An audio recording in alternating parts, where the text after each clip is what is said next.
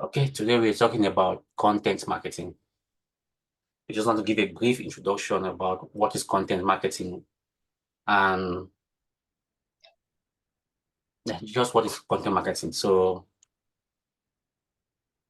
let's move to the next slide. Now, what is content marketing? Content marketing is a strategy, it's a strategic marketing and business process focused on creating and distributing valuable, relevant, and consistent content to attract and retain a clearly defined audience and ultimately drive profitable customer action. You guys remember when we talk about we talked about your buyer persona, right? That is why we had to treat the buyer personas first before moving forward. Like I told you guys, I told all of us we are going to make why we are doing that first, why we are coming up with the strategy. Because you see here, it's a clearly defined audience. You are not doing your content market, you are not doing your content for the whole world. No. In marketing, you don't do your content for the whole world. You have to define who your content is. To communicate with your audience, you need to produce content. Content has the very important job of pulling people from one stage of the inbound methodology to another. Now we talk about, you remember we talk about the stages, the buyer stages. We talk about the attract, the engage, and the delight. So those are the inbound methodology stages. So each and every of those stages has a kind of content that you create for each stage. So you have that is all about content marketing, creating a valuable, relevant, and consistent content to attract and retain clearly defined audience.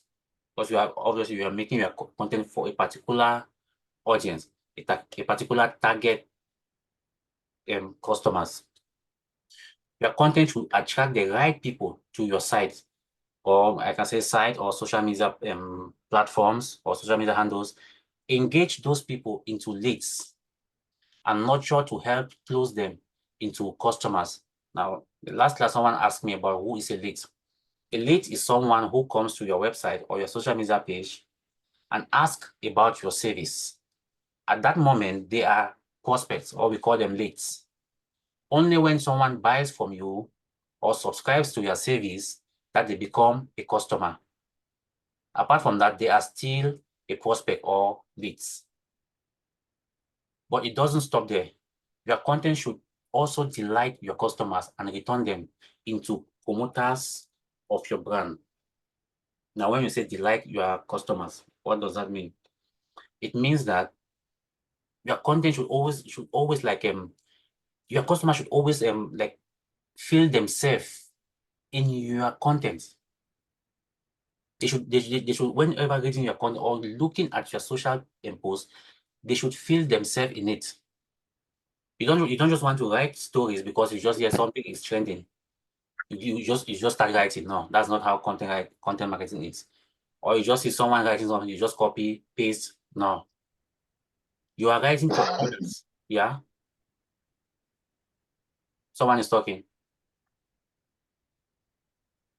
Who was talking? Okay, let's continue. Your content should attract the right people to your site. Engage those people to, okay, we've passed those ones. Now,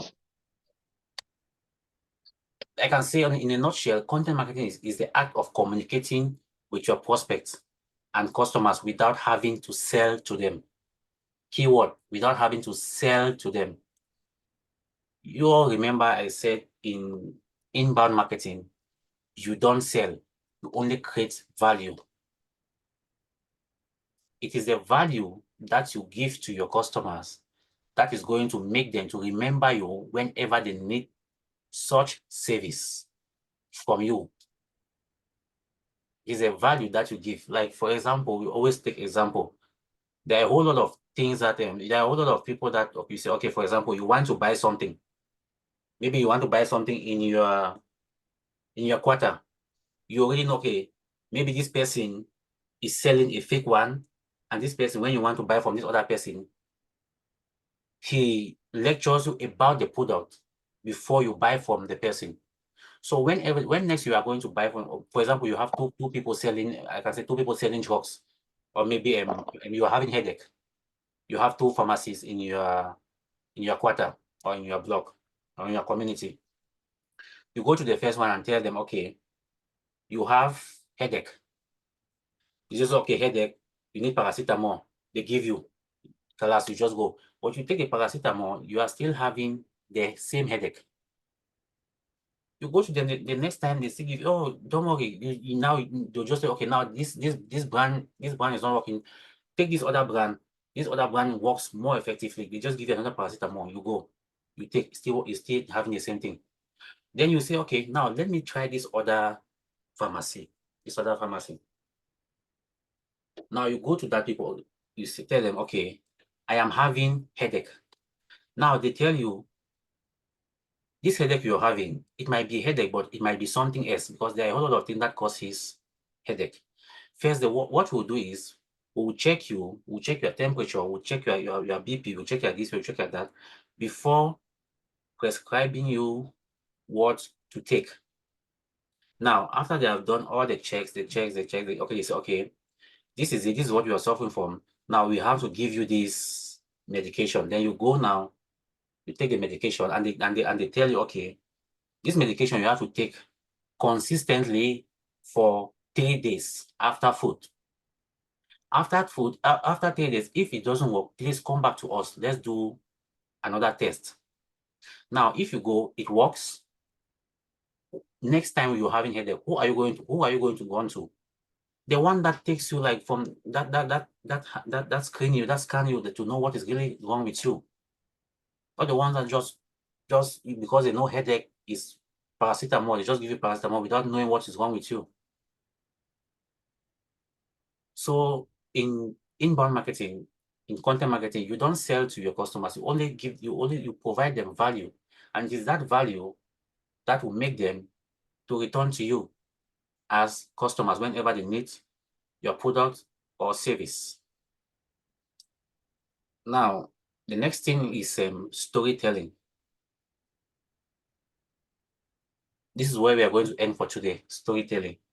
The power of storytelling. I don't want to rush us into content marketing. There's a whole lot to do in content marketing. I just want to give this tool so that we go and start researching about it, because I'm going to give an assignment for this, I think, on Monday. Now,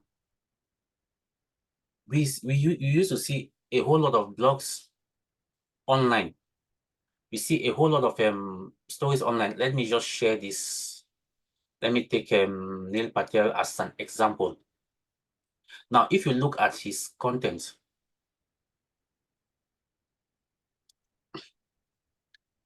let's just go with examples. Now, let's go with his blog.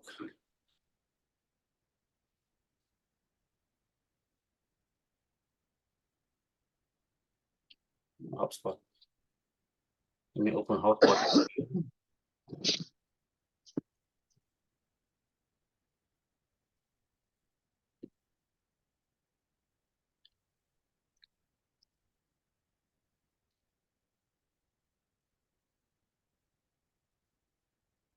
Now look at their contents carefully.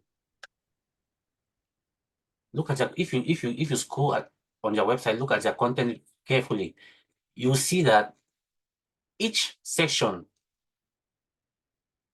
talks about a story.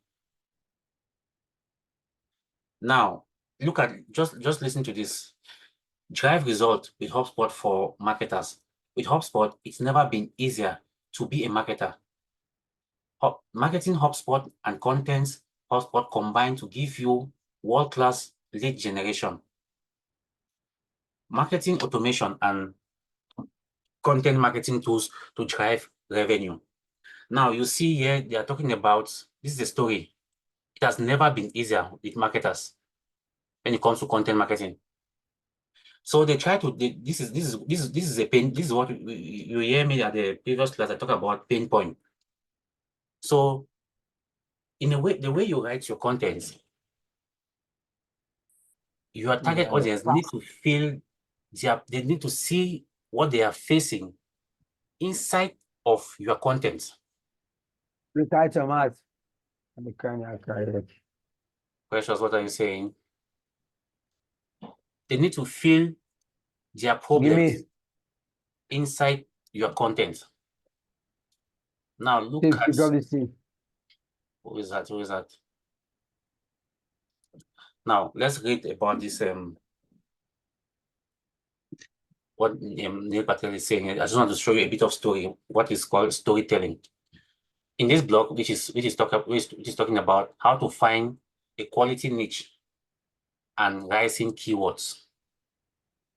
He's talking about, in the world of SEO, staying ahead of the competition is crucial. This is especially true when you are in a niche, rapidly growing industry that has increasing competition and demand.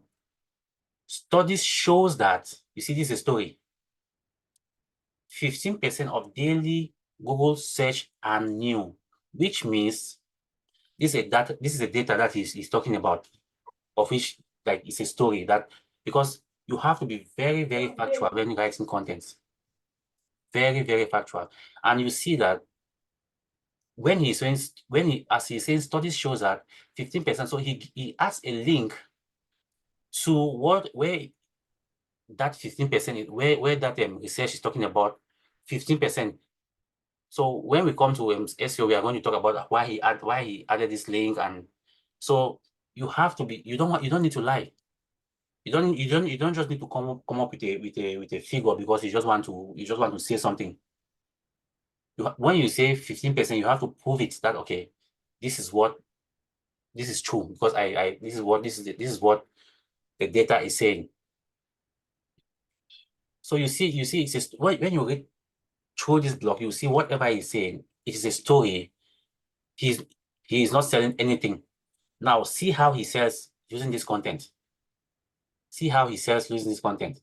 Now, because he is someone, he has a digital marketing agency that deals with SEO and stuff. Now you see at the sidebar, he is asking, do you want more traffic? Hey, I'm Neil Patel. I'm determined to make a business grow. My only question is, will it be yours? Now see how tempting we call that call to action. You see how tempting it is, because it makes you feel yourself inside the content. So that is how you give value to your target customer. You have to make them feel themselves, and to define their problems inside the contents that you produced. Without them seeing themselves inside the content, they cannot take the action that is needed. Now, the power of storytelling. Everyone loves a great story. People want to feel connected to a group, to belong. Story gives us a reason to communicate and relate. Stories are stimulating to give us something to believe in. Stories makes us feel better, smarter, safe, or even loved.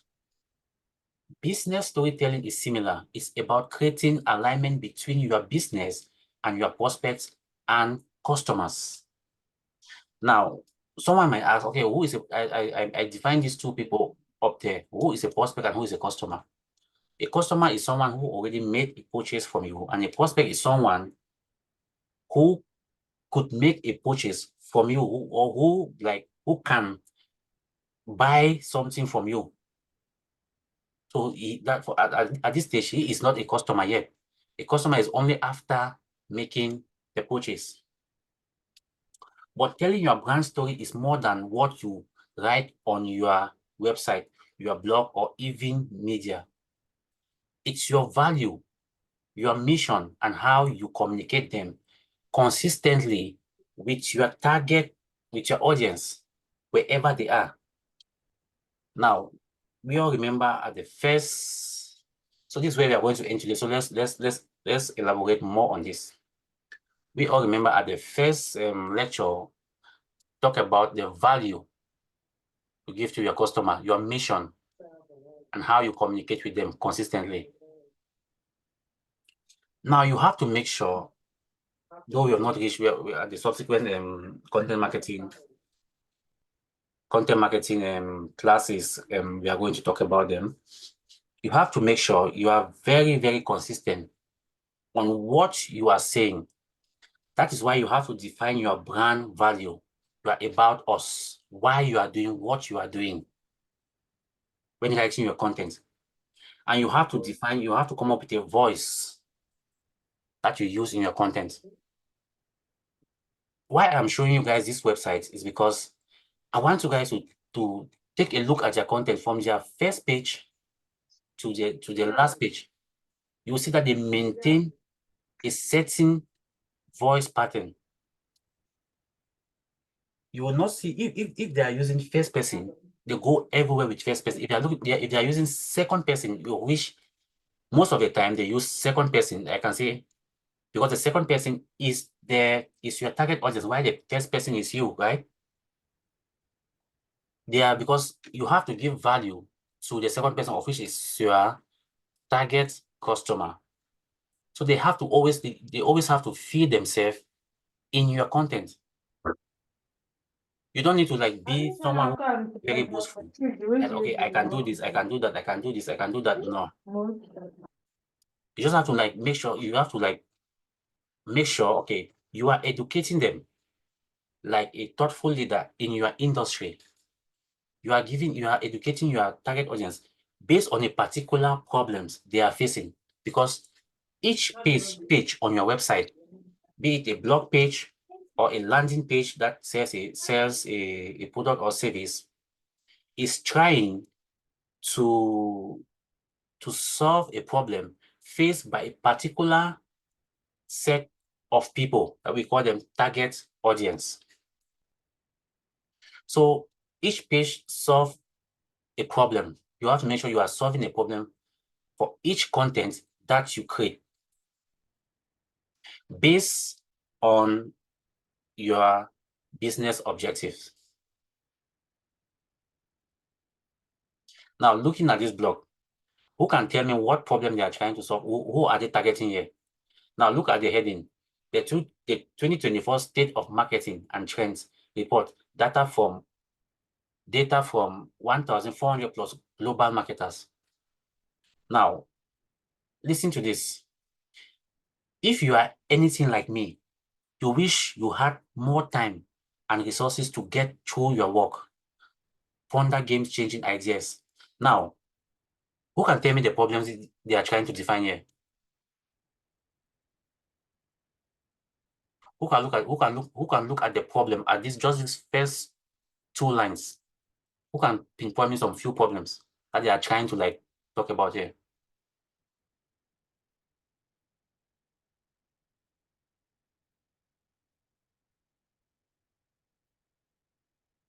Is anyone there? Yeah, I can feel like better ways of marketing, because it's through what you feed the audience, which determines who will follow you or where you'll have your work being demanded. Yeah, I think you are not audible. I could not hear you clearly.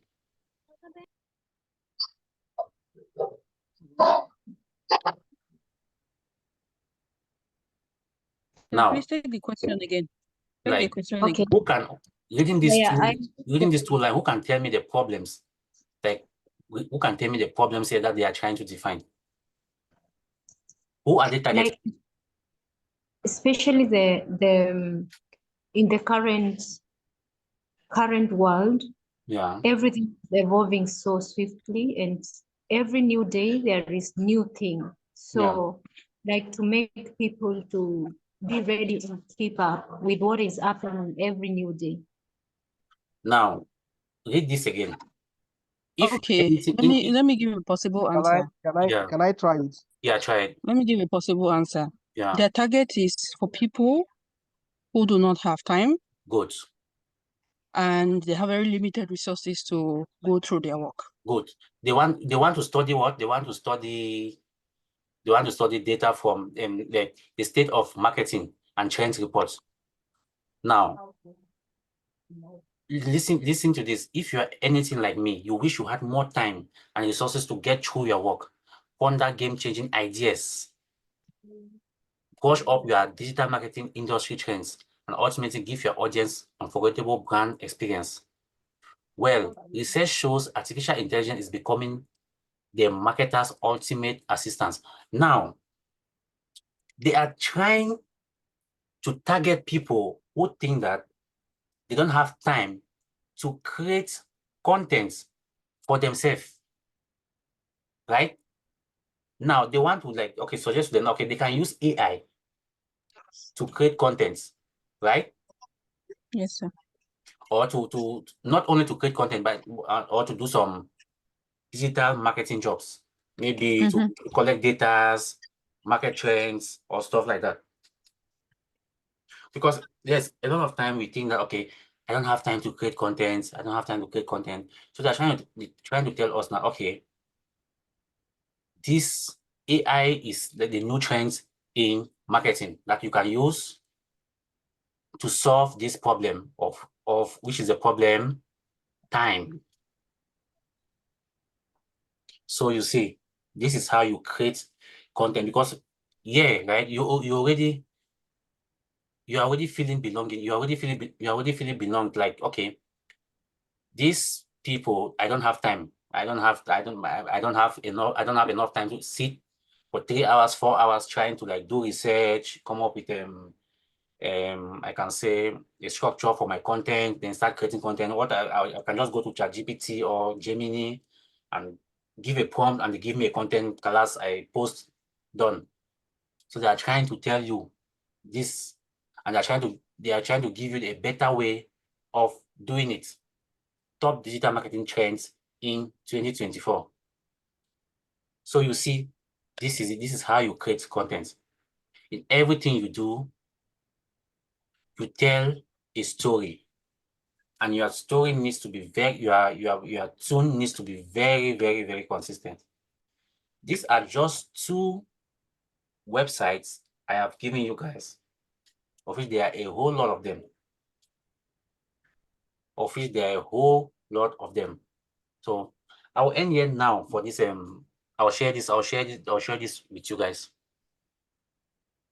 So I want you guys to do research. Then before the next class, we'll start talking about more about content marketing, how to draft topic clusters. I don't want to bomb into your head with a lot of things this today. The next class is tomorrow, how to draft topic cluster, how to come up with a topic, draft the content calendar and all. So for bonus tips, I would like to give us some how you can even create content with I can say OpenAI or ChatGPT or AI. I'll just give you guys some short tips how you can create the content with ChatGPT. But I don't want you guys to go create it with ChatGPT. How you can make it unique. Now, take for example, who wants to see how to create? Who have ever created a content with? Let me say ChatGPT. I have. You have. How you how did you do it? Well, by entering a prompt, telling ChatGPT what the purpose of the content and what I hope to achieve. Okay, nice. You did not tell them the tune you have to use. Okay, see how. Let me just do it here first before. Though I really use it to create content if I want to post blogs, because I want it to sound more of human than AI. This is just how I used to do it. Like, for example, I want to have a tune for my content, right? I need to sound somehow. I want my content to sound somehow, okay? Now, I'll do this prompt. Let me write an about us. Okay. I'll say, right. Let me just give you a short insight of what I used to do, right? And about us from my company. I don't know about us, my company. Let me say I put a company name, DIIT Innovation. Okay. Once I put in a bracket, they will understand, okay, this is my company name. This is my company's name. Then I put my service. I offer digital marketing services. These are my services in UAE. Okay. That is one. My targets customers are SMEs. Who knows what the meaning of SMEs? It means small and medium-sized enterprises, entrepreneurs,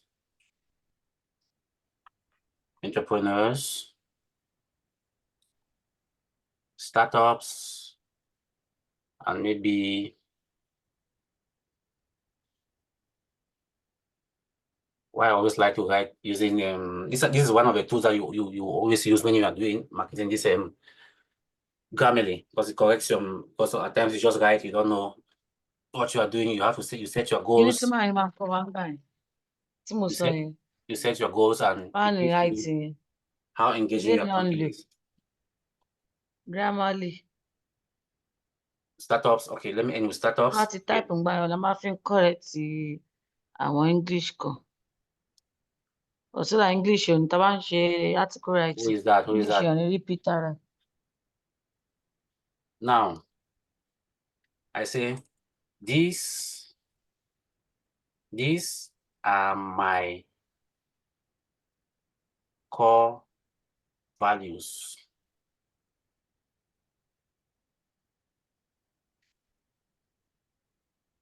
Data driven. Okay. 10+ years of experience, young and energetic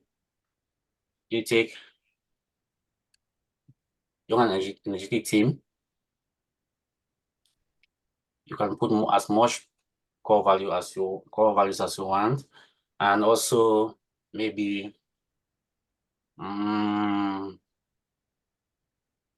industry. Excuse me. Industry.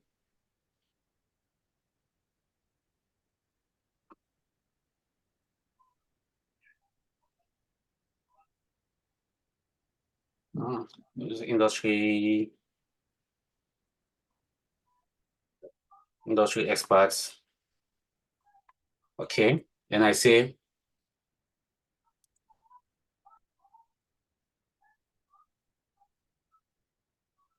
okay, make my target audience feel this. I'm just putting anything like feel themselves in my about us. Like you write about my like when you are reading the about us, you feel themselves inside. Now use mainly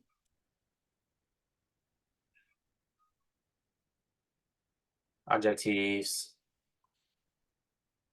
Write in the tune of Neil Patel.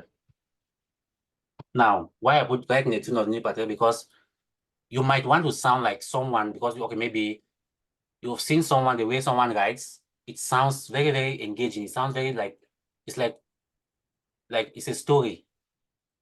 So you want to like write, you want maybe this maybe ChatGPT or the AI tool that you're using to sound like the person. So it's going to sound like the person. So I'm going to like use different names so you see how different the contents are going to sound. Now what I do is I just copy here. I'll not use ChatGPT. There's another one from Google called Gemini. So I use Gemini. Or I'll just add again.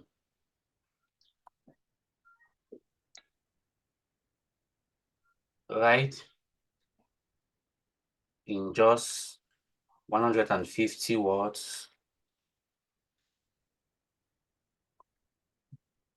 2 paragraphs. So if you don't define all these things, it's going to give you. What am I even spelling here?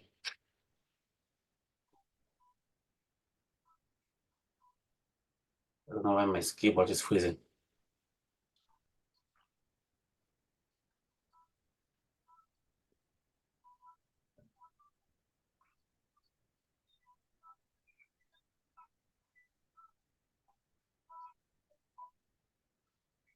Okay, I copy.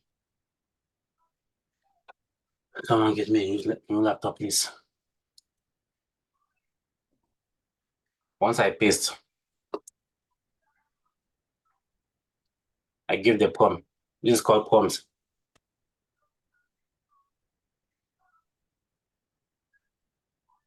Now you look at the tool. We are not just a digital marketing agency. We are a strategic partner in growth. With over a decade of experience, a young and energetic team, you see the core values that I added there, is fueled with data-driven insights and a passion for innovation. So you see, these are the core values, how it has included the core values in my content. We are more than an industry expert. This is it here.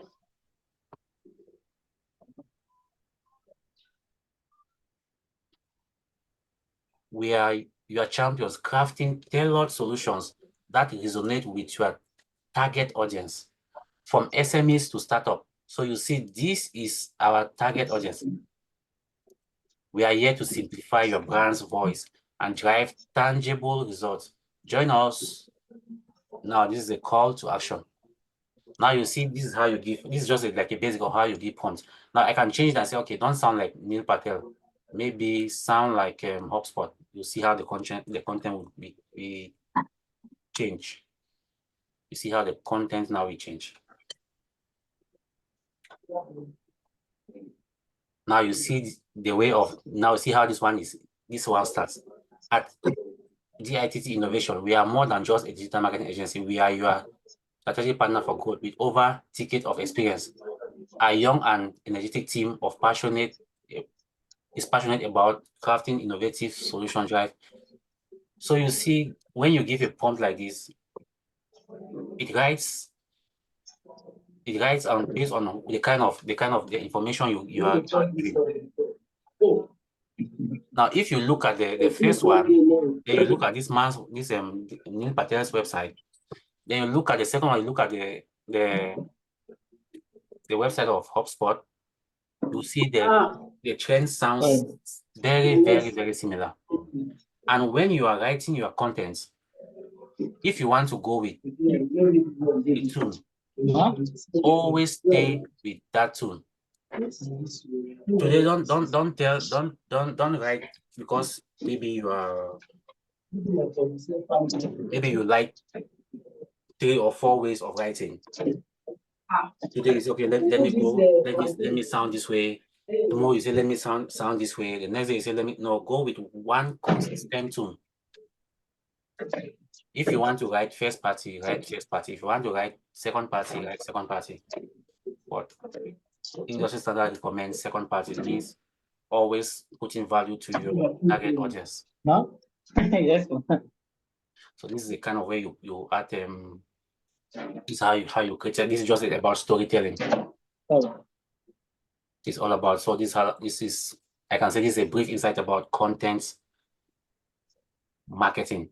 So from the next class, we're going to start talking about how to traffic content, how to start coming up with contents, how to like topic clusters, how to do keyword research. So we'll carry on content marketing with SEO at once, because I'm trying to watch other people's class too. so But that is this one it. is digital marketing. It's just talk. So as of now, And as we get it is not. any question, any doubts?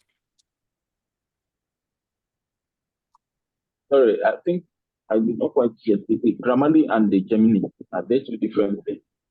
Like, Yes, Grammarly, it's mainly to correct your writing. Like Grammarly is all about, it's all about when you write, to correct your grammars, to correct your tune and everything. Now, for example, if I want to start writing something in Grammarly, right? I can say new document. I want to write a blog in Grammarly. Now, you set your goal. I want to write it like an expert. I want to make the content look formal. Now, this is domain. This is a pro version. I think I unsubscribed this month. I was having a pro version. So maybe you want to write for business, casual, but I always recommend general. Now, what you want to do, the intent of that content. You want it to be informative, you click informative. You want it to be convincing, tell a story, and describe, you do. Now, when you are writing, for example, let me just take this one of this content that I wrote so that you see. Grammarly only tells you how engaging your content is and corrects some basic English. There are a lot of times we write, we think that, okay, our English is very, very correct. But it corrects us, our tone, it directs us based on how we have set it, based on our, like these are blog posts that I starting a business in Dubai. Let me open this one. This is a blog post I wrote.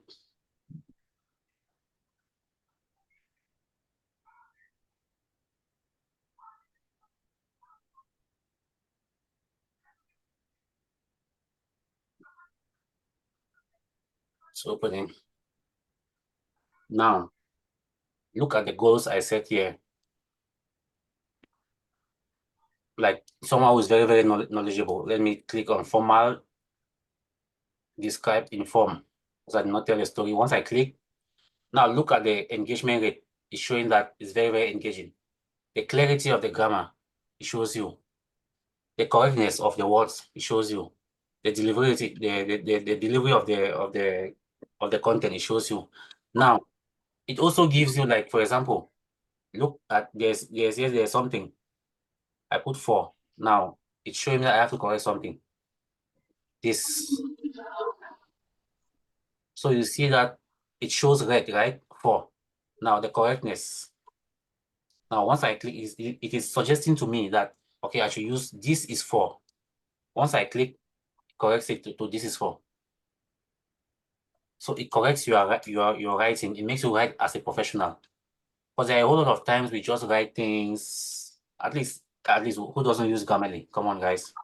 Everyone in the corporate world today uses Grammarly to write even emails, contents before you even post, because there are a whole lot of mistakes that we do. Think that, okay, you are very, very correct. Grammarly corrects it to you. Even I try to style up your content. Now, after I write the blog, what I will do is I come and look at the performance. Text score, 95 out of 100. This score presents the quality of writing in this content. You can increase to up to 100. So I scored 95 out of 100. So how many characters? 2,944 characters. The words, 422 words, of which is SEO friendly. SEO recommends at least 350. Sentences, about 32 sentences. Time of reading, 1 minute 44 seconds. Speaking time, 3 minutes 14 seconds. So this is what Grammarly does. Now This is how I write my contents. I have to follow based on my brand tune. I don't write like this, the next one, because I want it to be very, very informative. I don't write like this, the next one, I write something else, like this is the website I'm posting.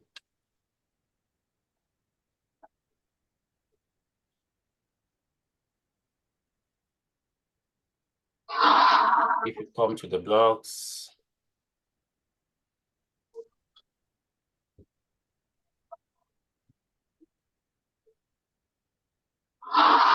for the contents, all I wrote them using Grammarly.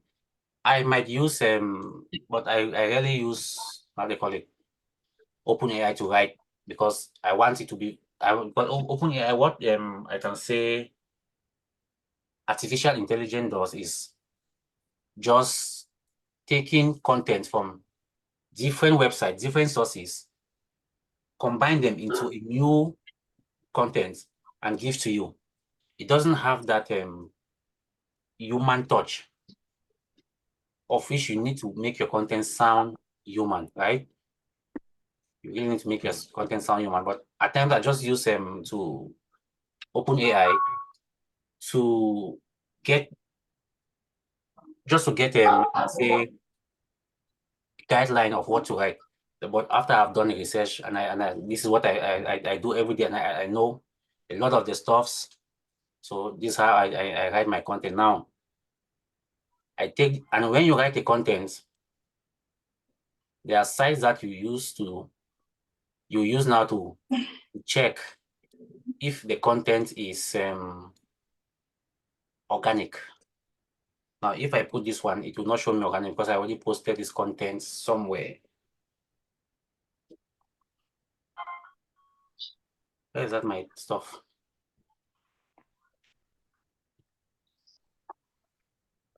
Now, you always want your content to be 100% unique, right? If your content is not unique, you're not going to rank for SEO. When you say unique, doesn't mean that it has not been posted somewhere else. Like, you might have the same content, the same articles, like the same article, a different website, but you don't need to just do copy and paste. You need to use your own words. You need to use your own way of writing. That's what they call the content unique content. So once I do that, I come here to scan the content to see. Obviously, this one will show a bit of AI to see if it is AI generated. It will show you everything, or it is being plagiarized.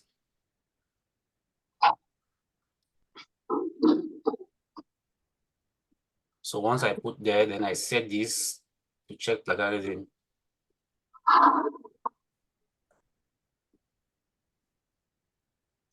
Why is this laptop freezing this? I don't know.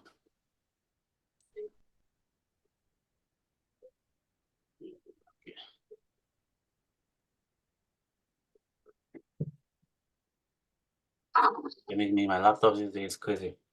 It's been on for like 1 week straight.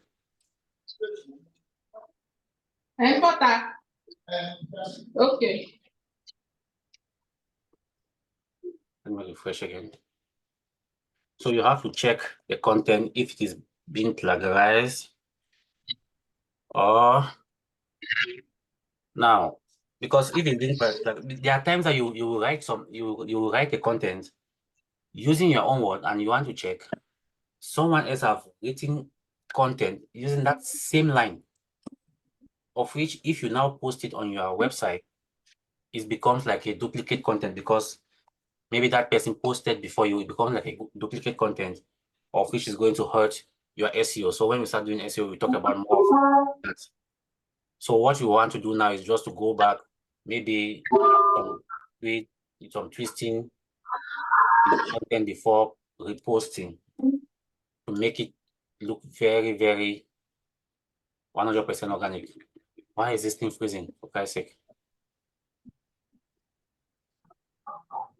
Yeah, let me just go with the ones that I have scanned before.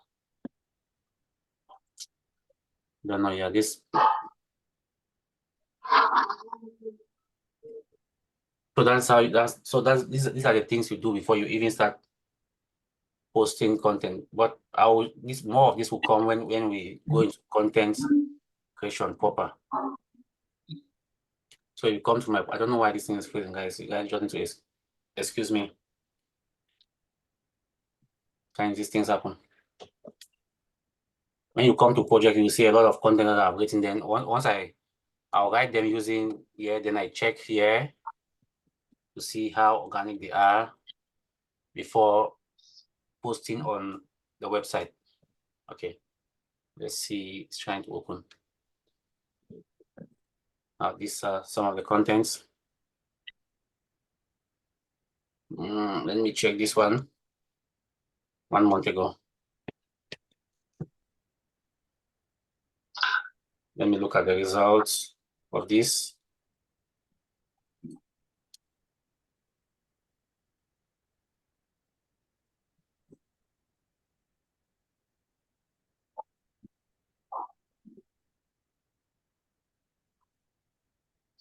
And this, at times these laptops can render you useless.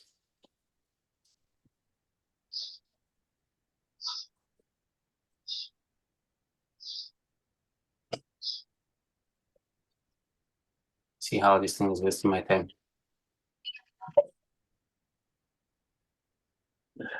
Laptop has decided not to work today properly. So once you click scan, it will scan the content. Is this scanning the content to give you your results? Where is the result now? The result should come here, please. Okay. So you see this content. It's showing 97% plagiarized. And how many percent? It is just 43%. When still detected, the text is 43% human. Our assessment is that an AI tool was likely used to generate all or a good part of it. So if you want your content now to be now 100%, now you see all these green parts shows that it is technically these green parts is humanly generated. While these red parts, it sounds so robotic. So what you have to do now, you have to go now and rewrite the content to sound genuine. Now here it is showing that 93% of the content is being plagiarized because I just can't see the, and I've posted, because I've posted this content maybe 1 month ago and it's already on Google. So if I want to see now, okay, they say, okay, it is being plagiarized. I just click my result to know the results to see where this content has been posted. Where is it sounding the same? So let's look at it. They'll give us a link of the content. Now you see, this is it.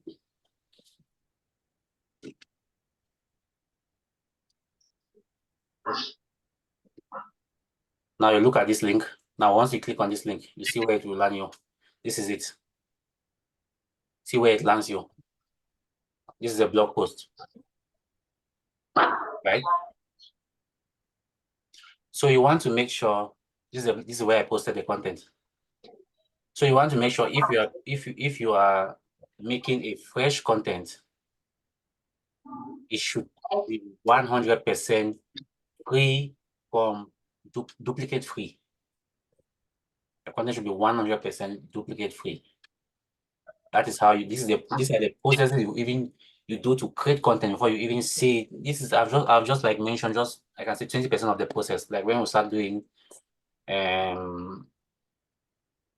topic clusters, keyword research, that is when you start getting into proper how to come up with H1, H2 tags, call to actions, how to tweak your content. But there's a whole lot. There's a whole lot.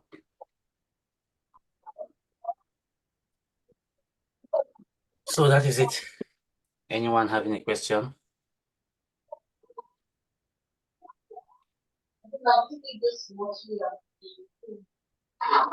Any question?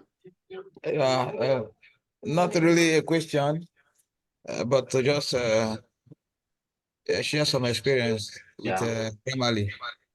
Yeah. So it's interesting to know that most of these social media influencers, those with verified accounts and all that, actually rely on AI to tweet. Yes. So you would think they are super intelligent. Yeah. Yeah. I saw this guy is just so smart. His grammar is well arranged. So if a couple of times I will always check. Yeah. And know where their source is coming from. Yeah. I know those that are tweeting from their brain, and I also know those who are being aided by an AI device. Yeah. If I see an AI content online, I just know this guy is using an AI, because when you are in the industry, you know who is using an AI or not.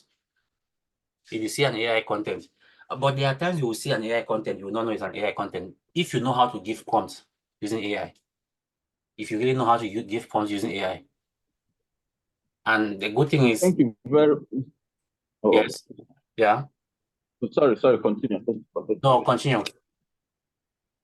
Oh, okay. Thank you very much. Yeah. Thank you very much, Mr. Gaston. Thank you, Engineer Austin. I think you've touched a few tools, a few toolkits, right?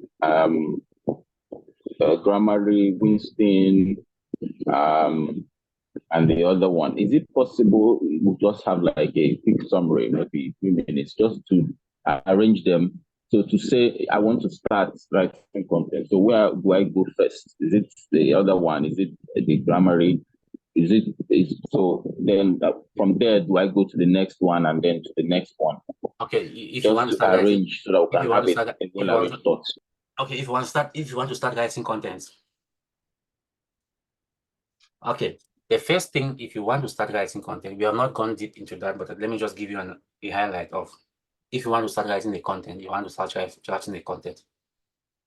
The first thing, you have to know who you are writing the content for, right? That's the first thing you have to know, who you're writing for, the topic that you want to talk about. Then the topic clusters, like what is the topic cluster, like the subtopics that you want to talk about inside the content. You don't just go to maybe an AI tool, though we are not doing AI, we are talking about content writing. We're not doing AI content writing here. But if you want to use an AI tool, you say, okay, let me just write a dummy block. Because I know you're asking about which tool to go first, which tools to go second, blah, blah, blah. I'll just tell you a brief on all the tools. There are a whole variety of tools out there. Grammarly, what is Grammarly? Grammarly is just a tool. It doesn't assist you in writing, though they have an AI-generated way of writing, but it doesn't assist you to write. It only guides you to write content. And how it guides you is by correcting your grammar, your mistakes, right? Because a whole lot of times we just write, maybe we mix American English with British English, we just carry things, synonyms, add there, do things like we know we are speaking grammar, right? Of which it's very, very wrong. So Grammarly makes you fluent, makes your writing very, very fluent. You understand? Makes you very, very fluent. It corrects your English words, your spelling. That a lot of times, because we are writing, we do a lot of spelling mistakes. So Grammarly highlights all those mistakes.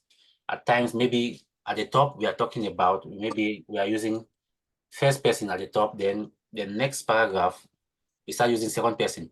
So Grammarly tries to understand all that and try to tell us, okay, we are going out of phase.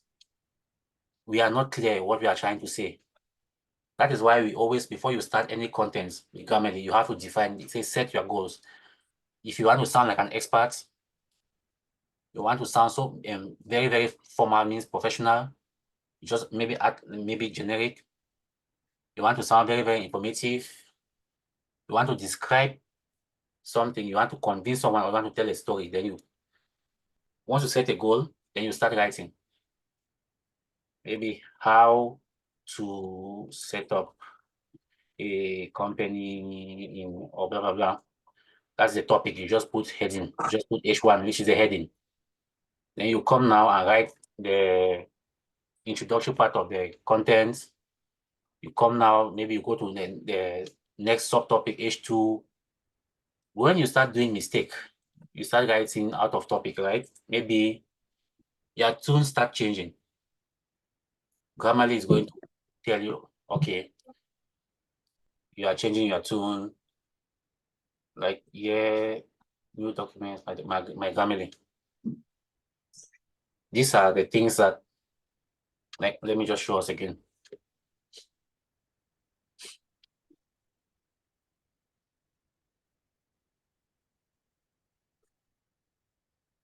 These are just articles.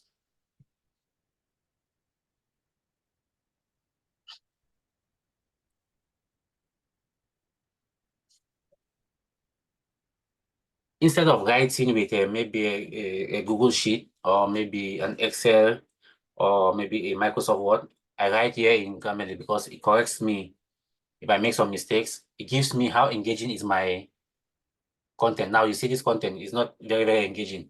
You have to make sure this line is very, very engaging.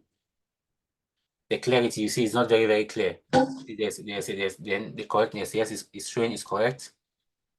It's not engaging, of which you have to make sure your content is extremely engaging. So Grammarly only guides you to that. Then stuff like I can say there are a whole lot of them. Gemini, we have Claude. Also, we have what all you guys or all of OpenAI, which is ChatGPT.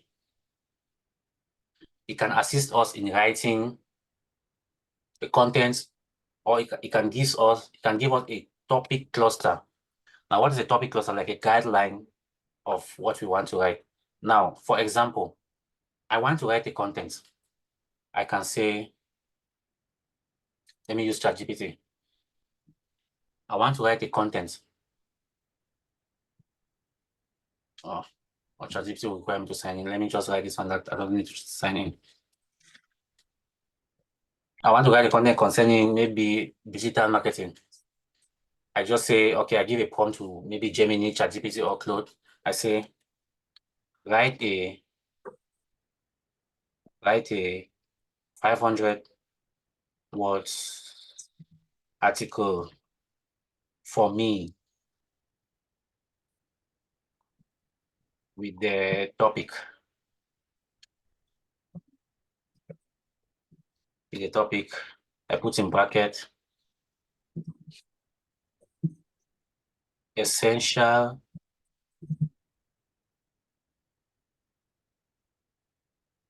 guides to studying digital marketing in 2025. Okay.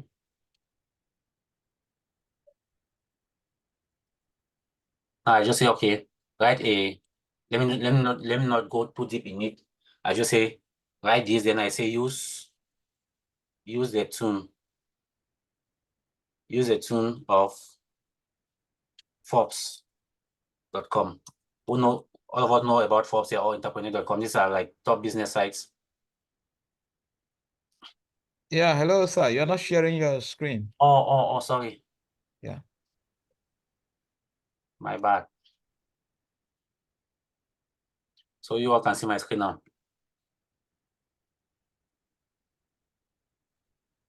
Yes. Yeah. So okay, maybe I'm using this is ChatGPT. I don't want to log into it now. We have a lot of headache. I rarely use them. So let me use Gemini because there are a whole lot of AI tools. Now, if I want to write a blog, I don't want to stress myself. Okay. I don't want to stress myself. I say, okay, I want to write a blog. Let's say write a 50-word articles for me with the title.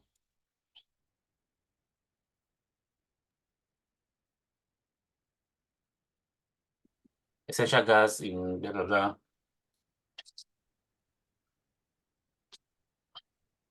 Title, what am I writing?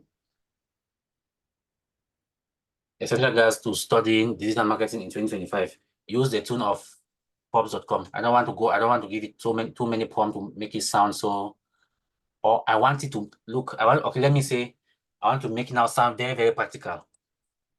Make it, let me show you what guide maybe many people are doing to post, maybe these influencers are doing, and also maybe people are doing on how do you call it, LinkedIn or whatsoever. Make it sound very practical and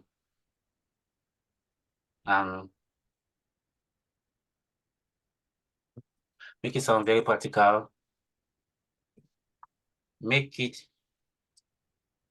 a bit storytelling.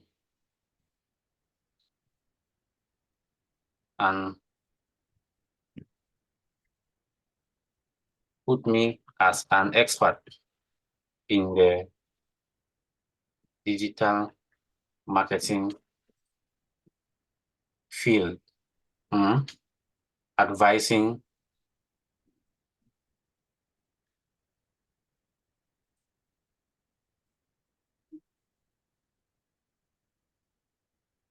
but I'm not telling you guys to go lazy and start using ChatGPT or this place. I'm begging.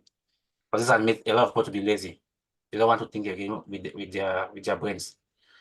So okay, now see how this will sound.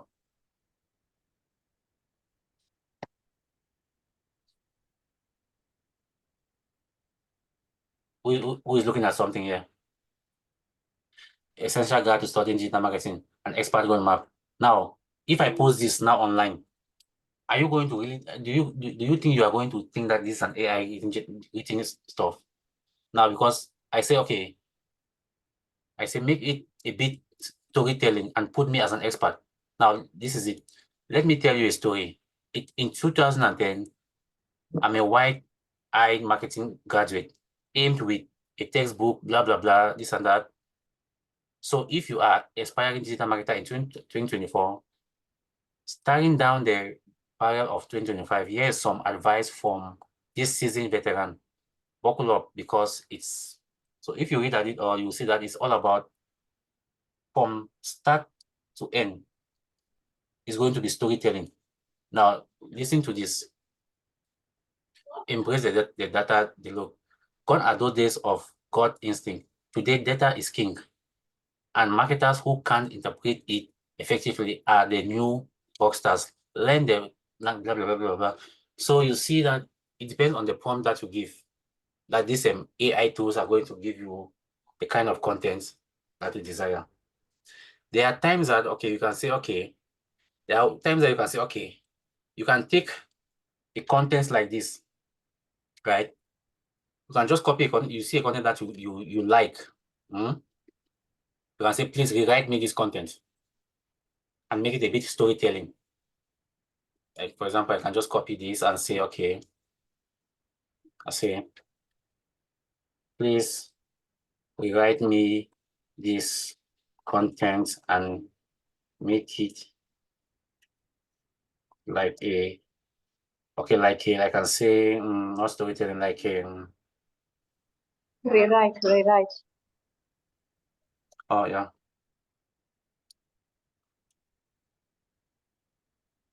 Like, what do I want to say? This thing slip over my mind. Like a story, let me just say like a story. And in bracket, I put the contents.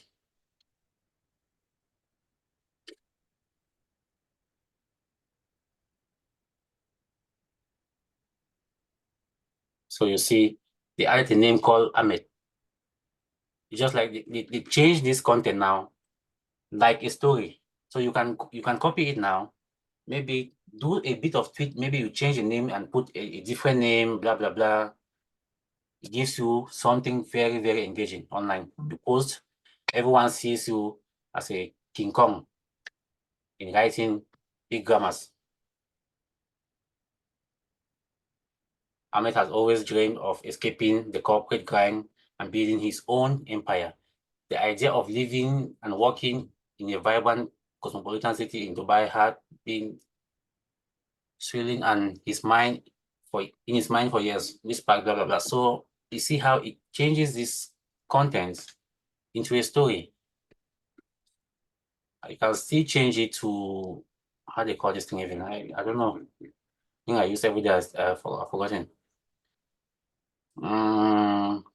Press release. Press release. But this is making a lot of people go lazy today.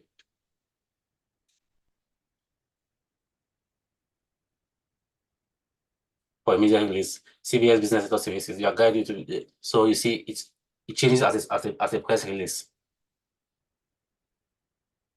So these are the tools that then for Grammarly, like I said, Grammarly is just like to correct your grammars, your sentences, the flow of your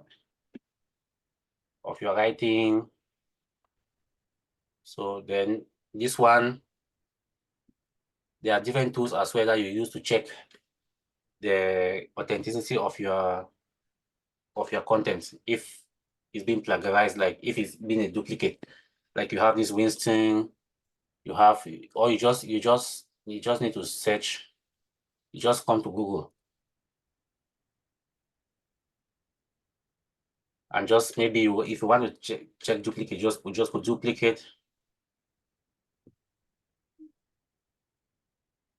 duplicate content checker. So it will, a lot of them will come up. So maybe you use them like this one. You just click, just put your content inside. Copyscape. This one also is an industry standard, industry tools, Copyscape, and also there are a whole lot of them. You just check the authenticity of the content. If it sounds so duplicate, maybe duplicate means like it's been posted by someone before. But a lot of time, once you tweet the content, it will not show as a duplicate. Like for example, if I just copy this one, although I duplicated from another website, since I have written the content, and this PC has become so slow, I don't know why. It's time to change it.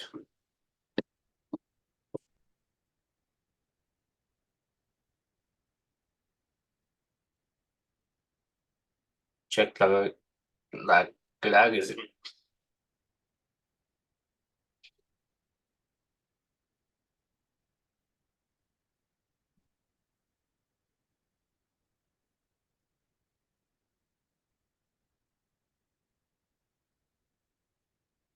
Do not capture.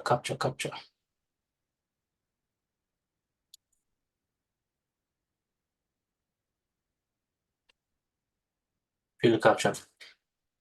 In fact, the website is, my computer is very, very slow these days. I don't know why.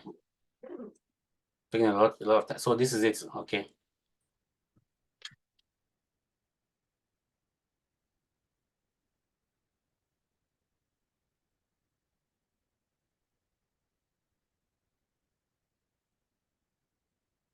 Guys, please, I really need you to like do more of research. Go in depth with research.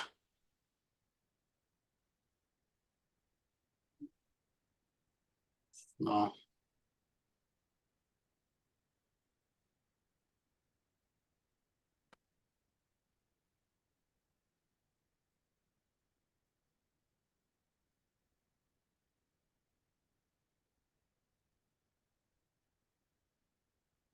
So who wants to use this? Who wants to use this to be, because I know a lot of you want to be, you can say you want to be bloggers and all. So guys, my computer is slow, so this capture is not going. I don't know why. So that is it. There are a whole lot of tools that you guys need to like research to know how to use.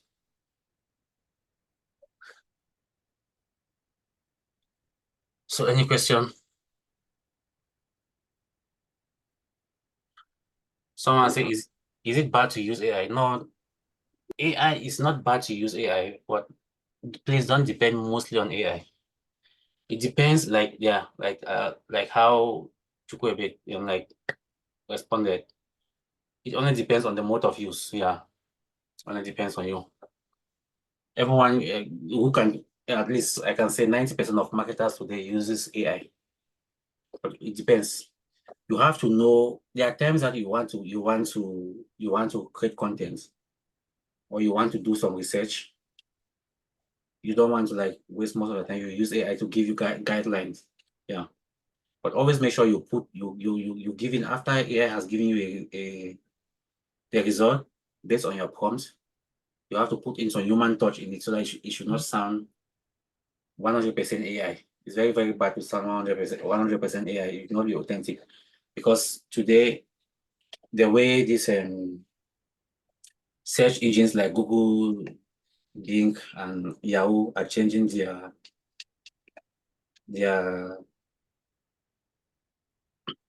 algorithm. There's something called that's EEAT in. They come up with something called EEAT. When we start doing SEO, we talk about the EEAT. Means experience, expertise, authority, and what again? Trustworthiness.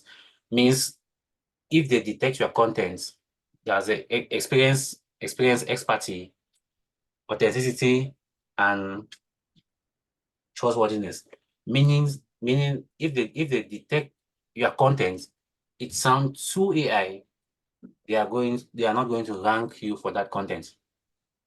So you don't need to like always depend on AI to generate content for your website. So even if you use AI, always make sure you tweak it a bit to have that human touch. So any other question?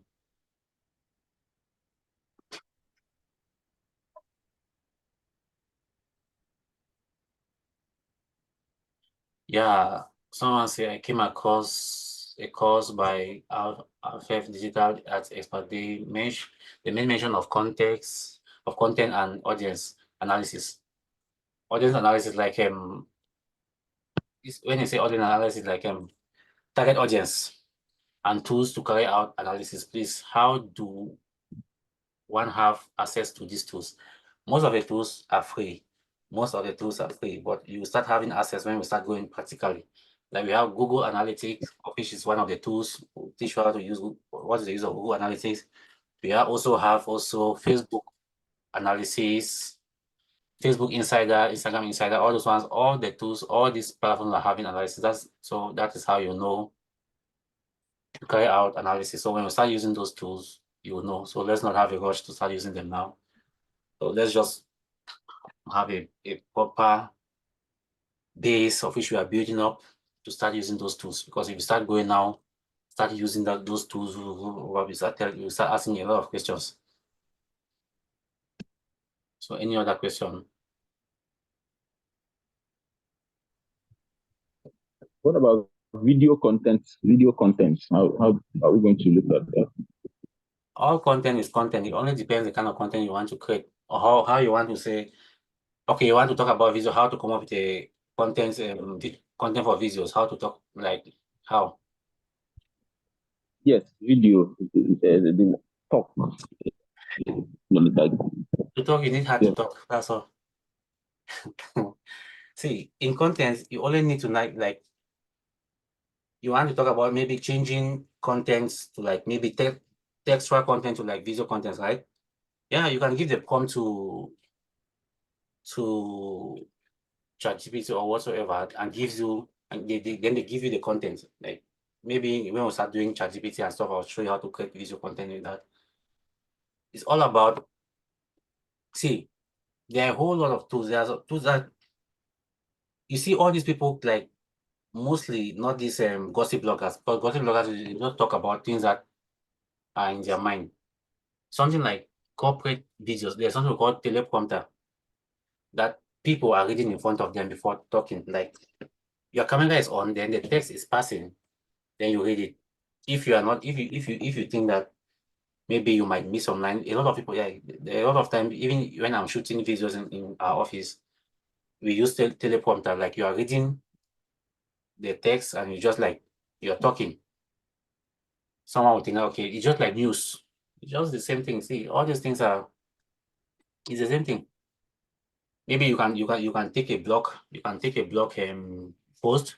So okay, you want to create a video containing that blog post. Maybe you just say, hello guys, blah, blah, blah. Today, my name is this. I am coming from here.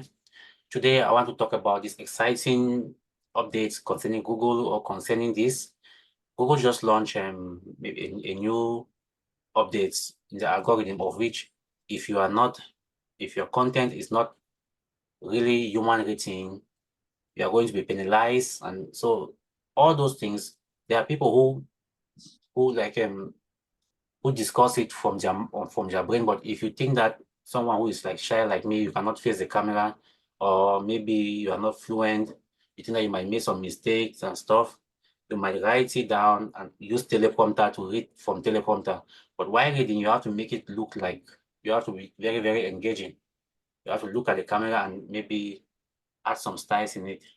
It's all content is content, just depends on the media that you are using.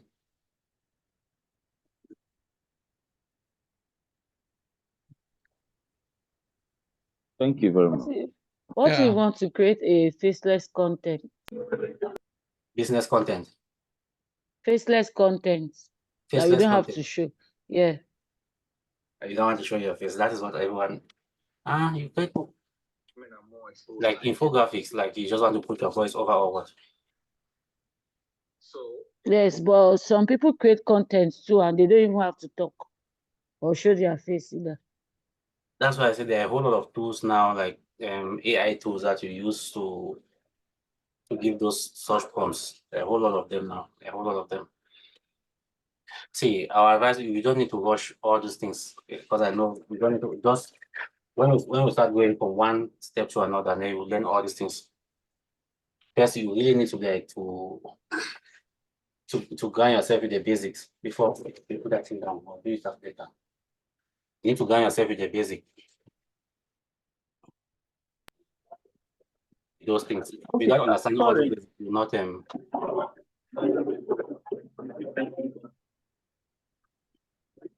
Okay, sir. I wanted to ask, aside working for someone or being employed to work for a company, how else could we make money out of these contents?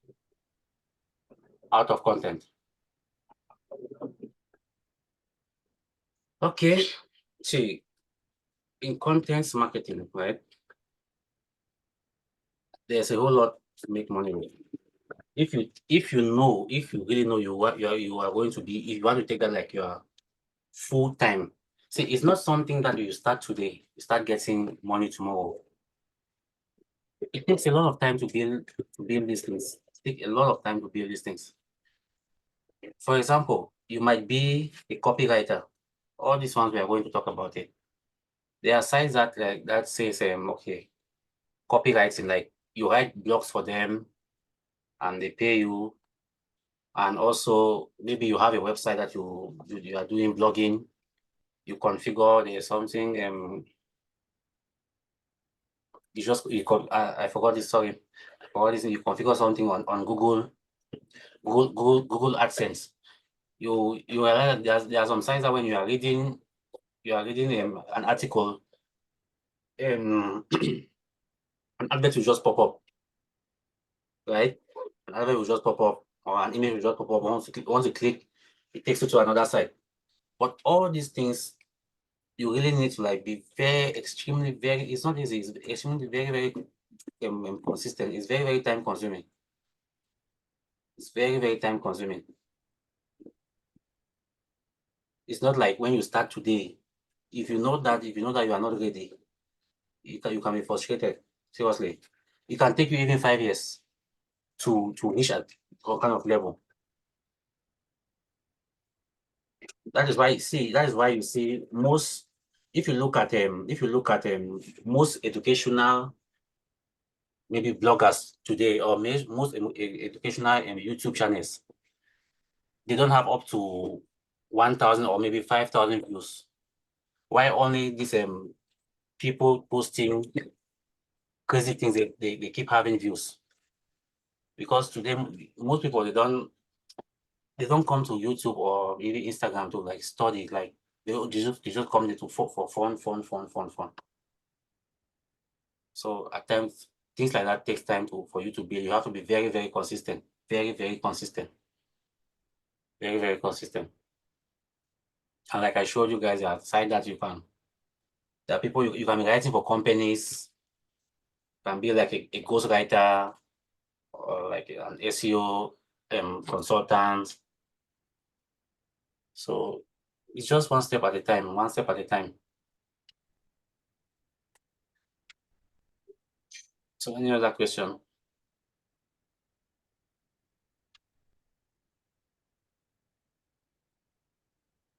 Any other question, guys? Yes, sir. Please, what's the difference between a ghostwriter and a content writer? A ghostwriter. Okay. First, what is a ghost? A ghost is someone you cannot see, right?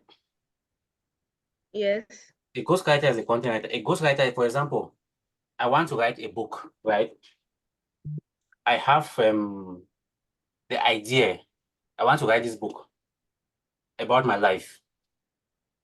I have the idea, but I don't have the skills. I don't have the writing skill to make it sound very, very interesting. So I'll hire a ghostwriter.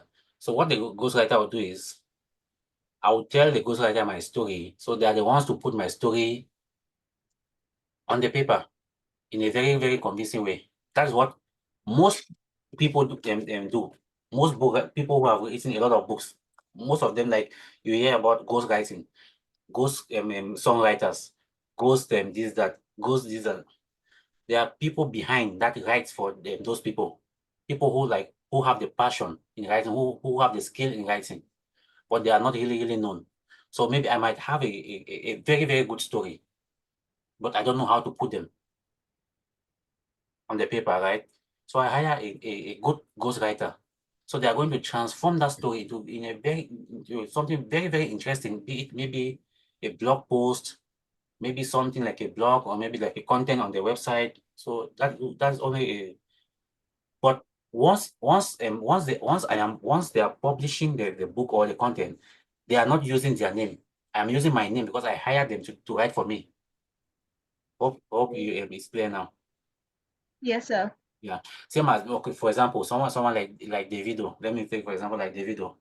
He doesn't write his song. He is having ghostwriters, but he's the one singing the song. Whose name is fun? It is his name. I can only Yes. he can only give credit to his writers if he wish to give them credit. And I can sign contract with my ghostwriter that never mention that you wrote this content for me. Because the moment you mention them, I can take you to court. We sign this contract before writing the content for me or before writing the song for me. Now you are going for that, you wrote this song for me. So a ghostwriter always want to like be, that's why they call them ghosts. Okay. Yeah. Okay, thank you. You're welcome. So any other question, please?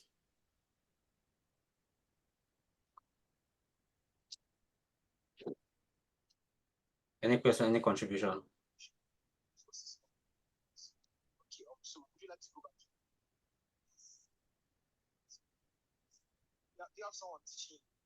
Hello?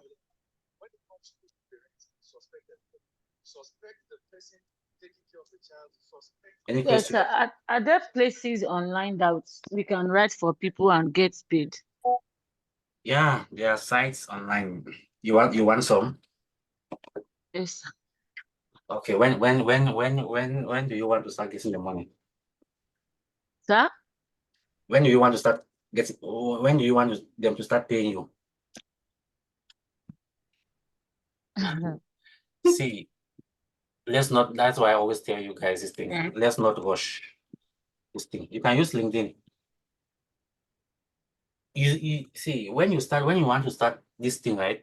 Don't put this notion on your head that I want to start any money. We call it in Cameroon, we say la like now. If you do like that, you will become very, very frustrated. Seriously. First, all you need to do is to master the skill. Build your portfolio, build yourself up. You see, like LinkedIn is one. There are a whole lot of people. There are a whole lot of people here in LinkedIn. Like there's a Nigerian guy who has about 15,000 followers now on LinkedIn. That he started It started like maybe 7 years back. I was talking about how he started writing, and no one was even looking at his content. So it takes time for you for you to build yourself. It's not something that works overnight. No.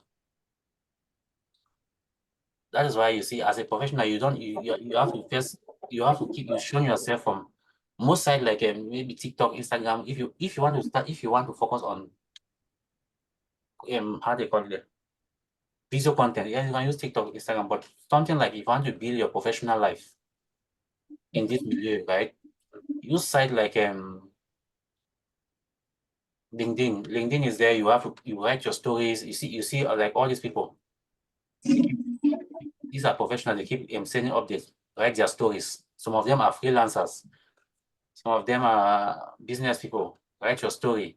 There's another site called Medium.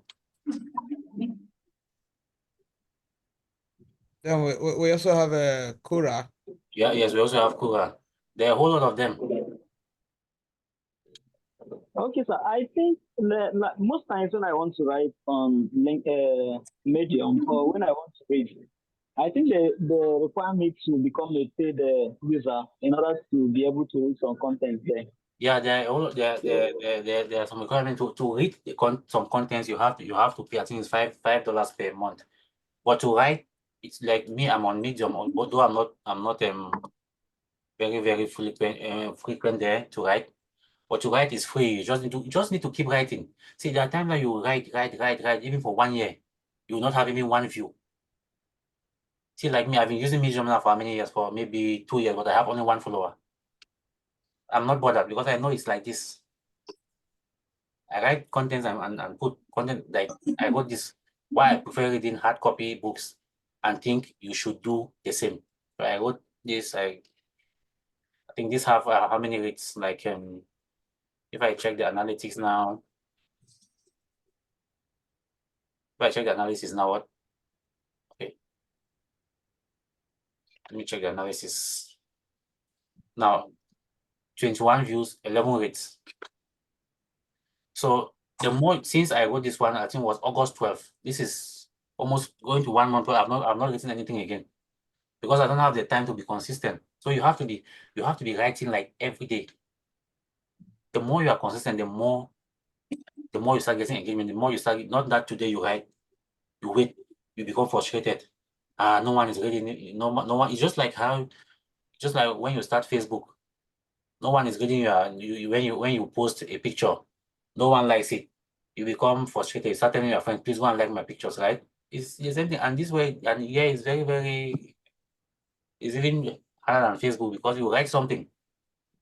If your story is not engaging, it's like you keep practicing, just keep writing. You make sure. You really have to enjoy doing it. Yeah. You have to play around, enjoy doing it, and that's it. The first thing is the passion. If you seriously, guys, in this domain, right, if you don't have passion in it, forget. That's what I always tell people.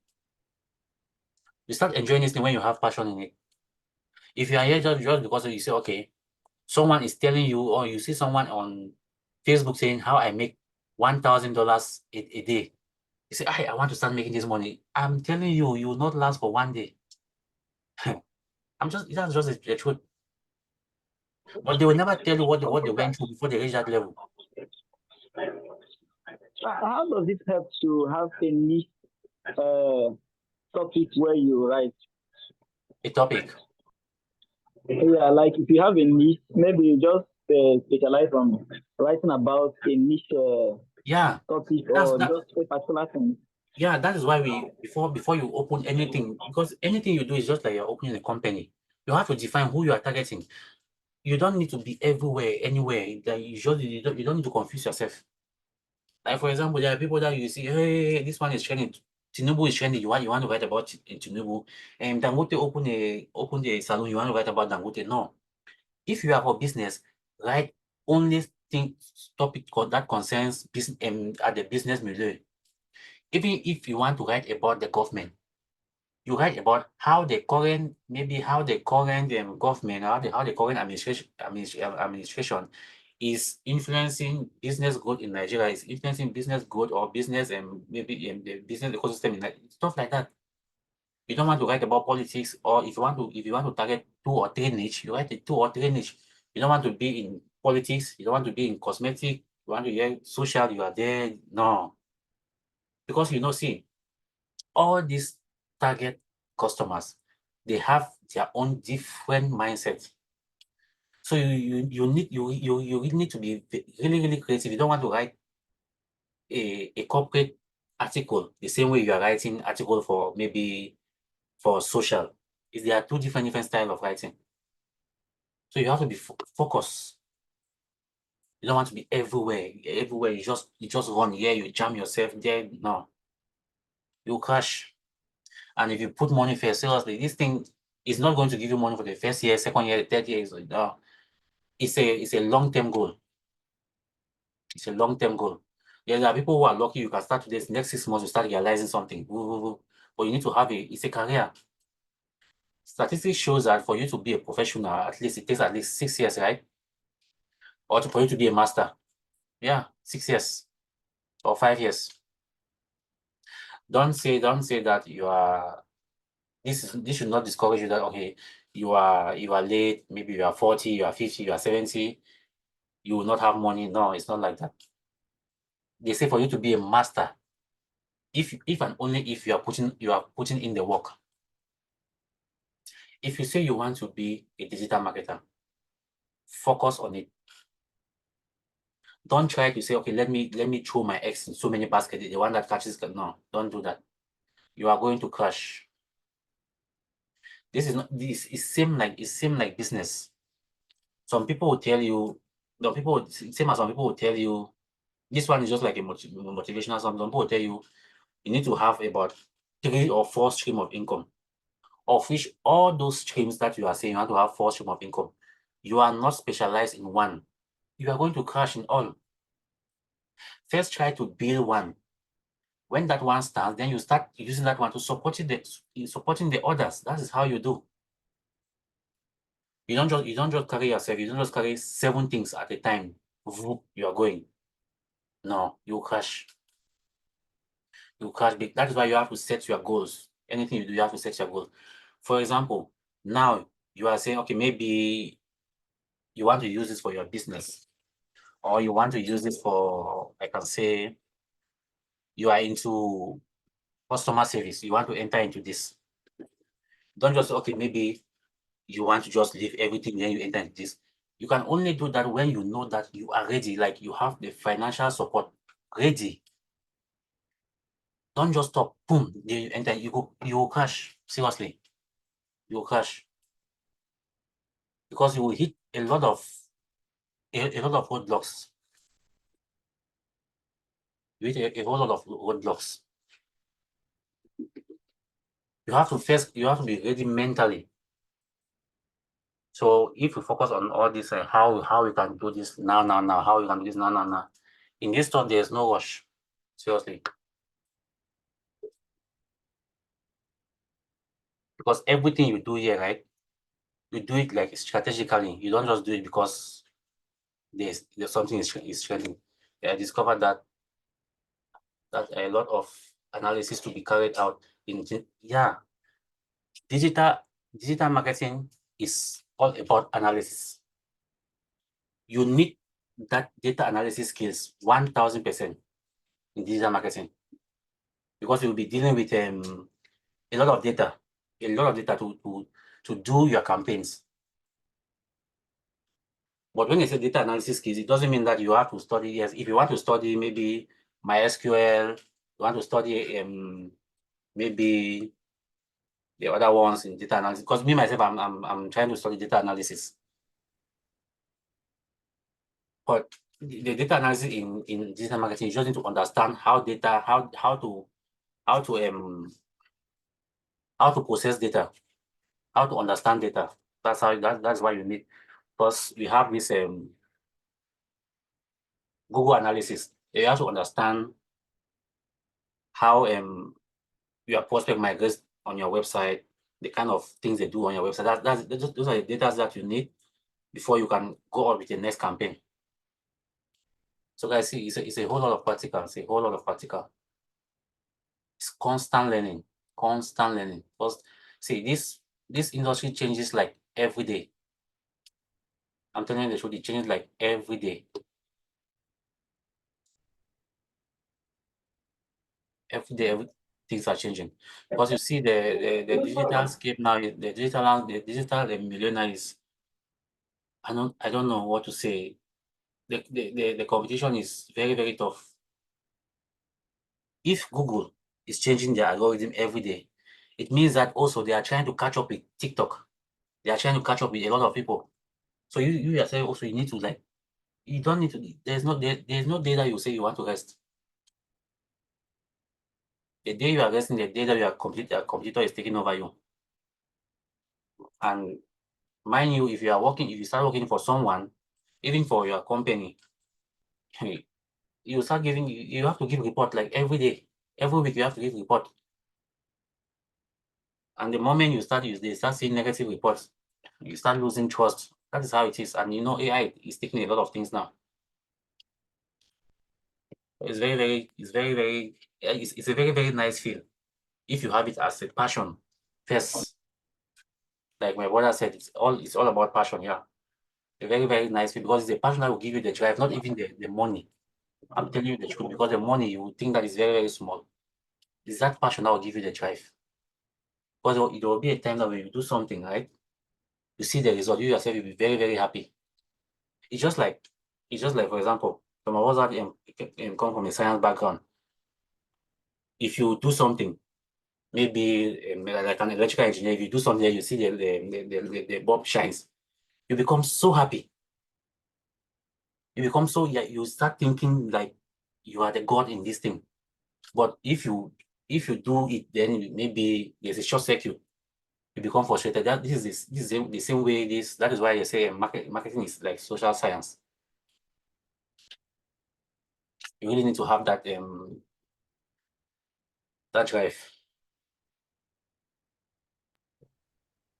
Okay, thank you, sir. Yeah. I just wanted to make contribution on the area of zooming into a niche. Yeah. Like if you look at people who are even doing well in the content market, people who are into comedy, you find out all the performers, people like Brain Jota wears a particular cloth for almost all his content. The same thing with Sabine, and these are top performers. So when you look at it, you find out that if you are writing, or maybe you are a writer, or you are a content, maybe you are doing video content. If you scatter your content, today you talk about, like you said, you talk about government, next tomorrow you're talking about business or one gossip about a church, the algorithm might not find it easy to spot what you do, because all these things come with recommendations. Yes. If I'm just doing let's say what I do is all about, maybe I constantly talk about Christianity. You find out that when someone tries to search, because I have more than enough content on that niche topic, the search engine tends to rate my content more because I have more content on that. But if you post on scattered niches, it makes it very difficult for it to recommend your content. So one has to, if you're going to be talking about fashion, just focus on fashion. In fact, you can even nail it down to fashion for kids, so that whenever anyone searches for fashion for kids, you are among the first people to be recommended. That is true. That is true. Thank you for the input. That is it, because that is one of the things that people don't understand. See, all these things, right? There's something we call algorithm that you guys are going to learn. But let me just give you a snippet of it now. You see all these things that why, have you ever wondered why, for example, you want to sign in on Facebook or Instagram or maybe Gmail, they ask your name, or maybe you want to sign in on Facebook, they ask your name, your gender, your email ID, and maybe your mobile number. Have you ever wondered? Now, there's something you call the algorithm, right? There's something we call catch. Or maybe you visit a website. The next time you go to social, maybe Facebook, you start seeing the ads. There's something we call catch. Now, what this social platform do is what they do is they take your information, right? Try to understand the things you search online to give you content based related to those things. Take for example now, you just go to a website, right? That they run ad. You don't know that they run ad. Maybe you search something. Maybe you search how to buy clothes in Dubai. Once you search that thing on Google, once you go out from Google, right? Go to Facebook or Instagram. The next 3 things you start seeing are ads for clothes, because they catch your information, they catch what you have searched for, then they start giving you those kind of ads. That is why when we start doing, and maybe we start talking about ads and paid campaigns, you start seeing how to define your audience. So that is how your information are being used. And also, when you are creating content, if you are the content creator, right? I can take someone, if I ask you, if I say you are this kind of person, you tell me it's a lie, I'm not this kind of person. I'll just take maybe your Instagram or your Facebook. I just go through your timeline. Then that's why I'm telling you are this kind of person. Because those social platforms, they give you what you always watch. That is why if you watch Sabinus or Brainjota or whosoever for 30 seconds, they already know that, okay, you like this kind of content, because the minimum time is 30 seconds. They already know that, okay, this is the kind of content that you love watching. Once you watch that kind of content like 3, 4, or 5 times, you go out of social media. The next day you want to come in, the first few things you start seeing are such kind of contents. So that is how this thing works. They don't just give you content randomly. That is why you should not create content also randomly. You don't want to be everywhere. You just want to be, I want to do this, I want to do that. No. You have to be specific. If you are not specific, you just circle.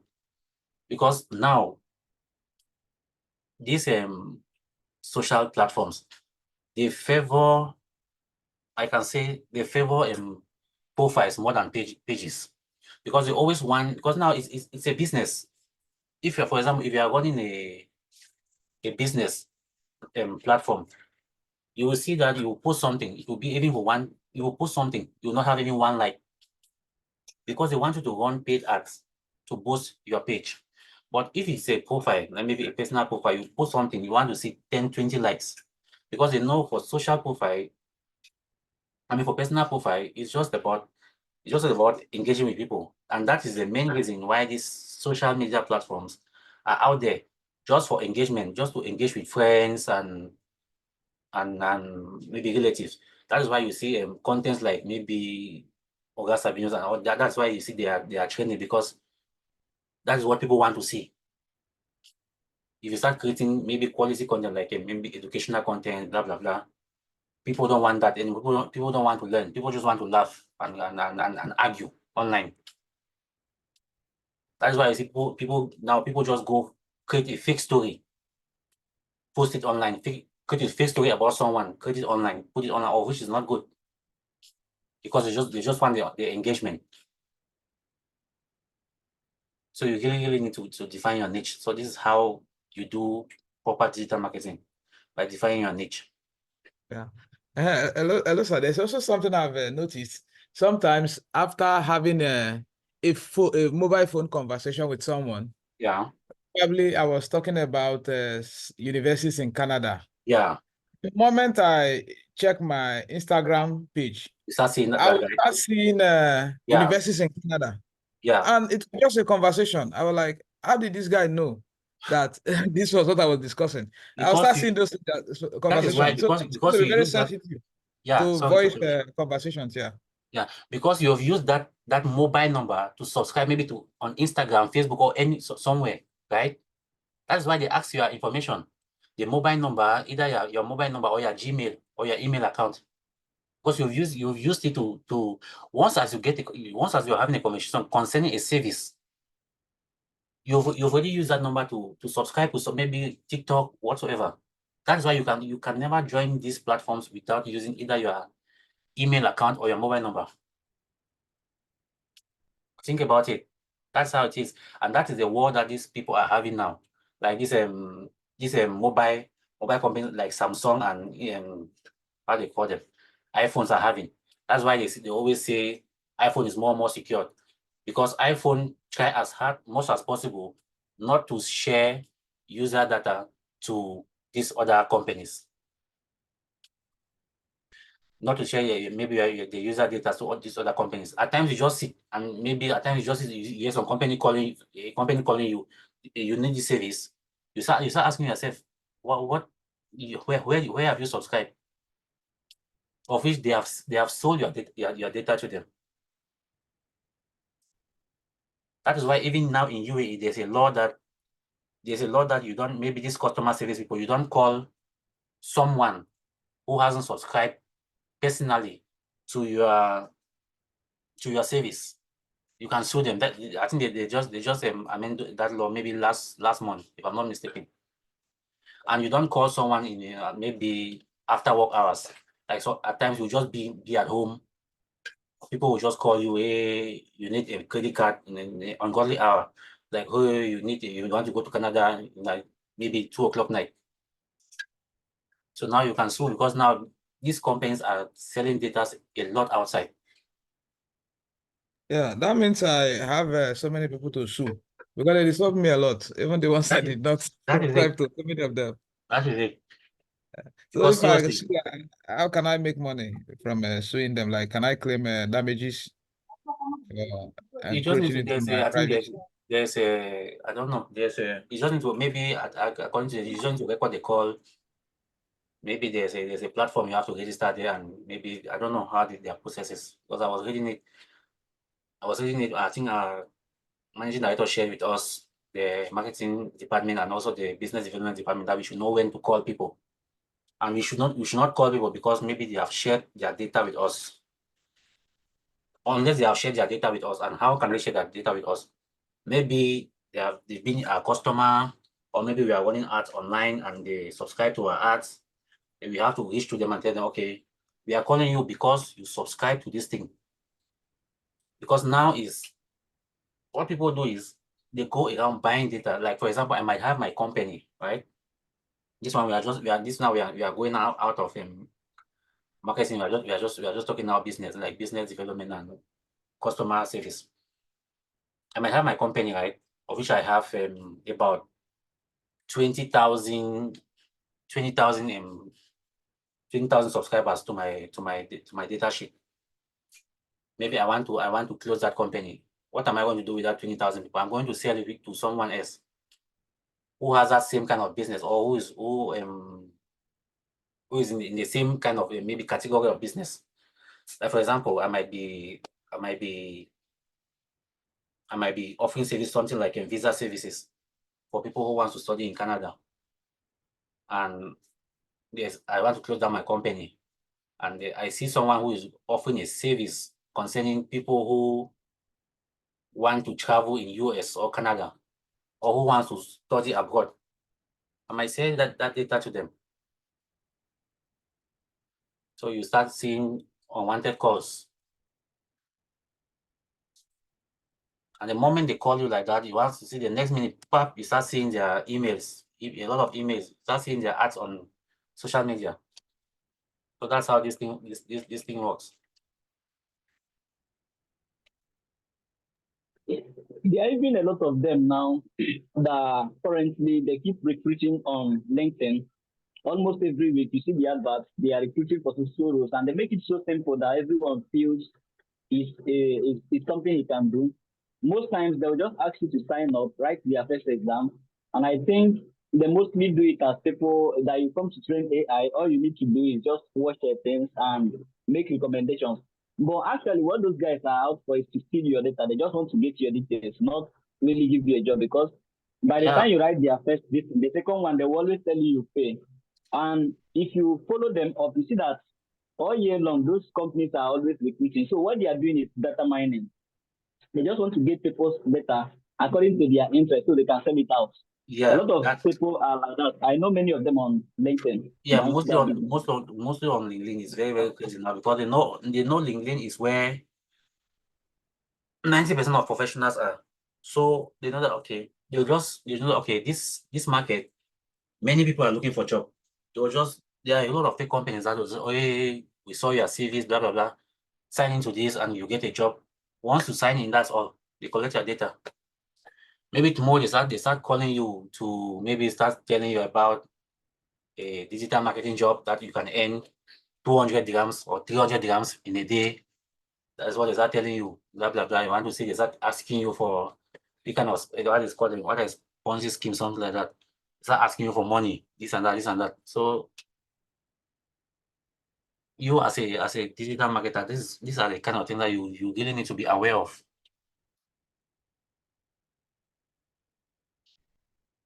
And you really need to be, you don't want to post something or this is not truthful, because you are the forefront. As a marketer, you are the forefront of your company.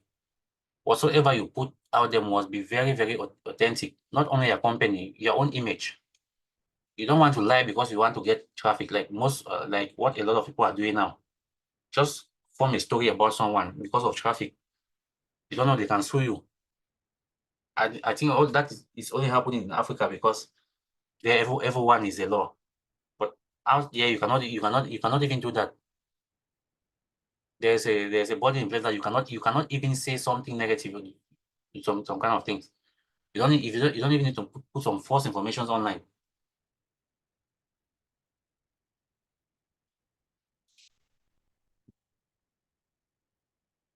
So that is it.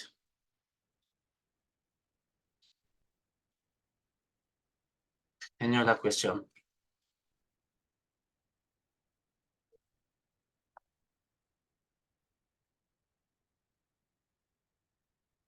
Any question, guys? If not, then we'll wrap up for the day. Waiting for tomorrow. Remember, this is all about content. I will share this in PDF in the group so that you guys look at it. So that tomorrow we'll continue with it.